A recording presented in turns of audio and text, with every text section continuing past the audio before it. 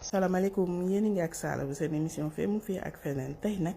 paella à la sénégalaise gi ngeen indil gis ngeen ko noonu lu ñuy def tout simplement mooy ñëw ci ingrédients yi suñu ingrédients yi yëpp a ngi noonu suñuy fruits de mer am nañ fa suñu ginaar raxas ba mu set teg suñu ay épices suñu nokkos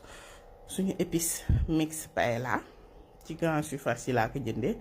lu ñuy def rek mooy ñëw roof ginaar bi comme nu ma ko tàmm di waxee sénégalais dafa bëgg roof foog ñu roof ko ba mu fël gis nga ko noonu bëtt daal di ñëw rek jël roof bi sol ko voilà gis nga ko noonu suñ ko roofee ba mu daj ñu daal di jël tuuti nokkos diw ci kaw voilà diwaat gis ngeen ko noonu ba mu daj lu ñuy def nag mooy ñëw xorom ko pour bañ suñu ay ginaar lewet gis nga suñ ko xoromee bu ñëw xorom suñu fruit de mer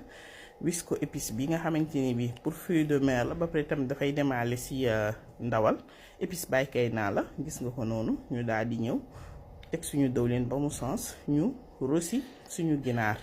gis nga ko noonu dañ koy saaf ba mu doore voilà bu dooree nag gis ngeen ko ni lu ñuy def tout simplement mooy seppi ko daal di teg ne ñëw nag jël suñu ay fruits de mer gis nga ko noonu daal di koy commencer di saaf gis nga ko noonu suñuy langu suñu crevette comme nu ngeen ko gisee crabe yi ñëw ñoom tam daal di jàll ñu saaf leen tuuti gis nga ko daal di leen di seppi teg de côté def pareil ak calamar yi comme nu ngeen ko gisee noonu voilà moom it moo pare ñu seppi ñu wàññi suñu dëwlin ba pare daal di ñëw nag rosi suñu ay éléments nokkos poivron vert jaune rouge soble nokkos kaani xeeñ ñu daal di ñëw jàll ci suñu épice loolu curry la li curcuma la gis nga ko noonu voilà daal di ñëw def suñu épice bi nga xamante ni pour fruit de mer la ba pare day demaale si yàpp dafa neex daal di ko cay laal ñëw nag jël suñu safran ubbi def ci pour en plus de couleur safran yi ci grande surface yi laa ko jëndee tamit voilà léegi gis nga ko noonu ñu bàyyi ba suñu rosi dog ñu daal di ñuluk tëmbal suñu ay ginaar def suñu épice mix paella suñu nokkos daal di jëlaat suñu ay fruits de mer tëmbalaat ko ci cin bi gis nga ko noonu def ci ay muul ak ñoom calamar yeeg muul yi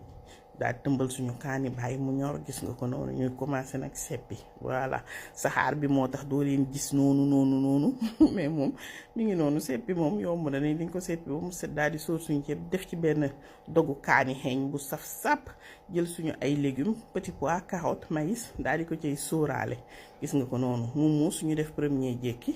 daal di tëj demaat ñëw xool fu muy toll gis nga ko noonu ñu daal di jékkiwaat gis nga ko suñu ceeb a ngi commencé di ñor voilà tey ceeb bu di laa utiliser ma daal di émincer sama coriandre ak sama oignon vert daal di ko cay sànni fekk fay naa gaz bi loolu essayé leen ko ci seen ceebu yàpp doo leen ko regretter mi ngi nii pare na neex na bay bëgg a dee lii lañ leen indiloon tey j'espère que liñ leen indil neex na leen bu leen fàtte abonné bu leen fàtte aimé soo leen amee ay question ñu ngi leen di xaar ci commentaire yi may jéggalu ci bruit de fond bi ngeen di dégg reprendre naa audio bi ba sonn mais bon bruit yi gis nga mu ngi noonu maa ngi ciy jéggalu bu wér a wér di remercier Mounas ak Ngaati Mbengue ñi nga xam ñoo doon jàpp ci tournage bi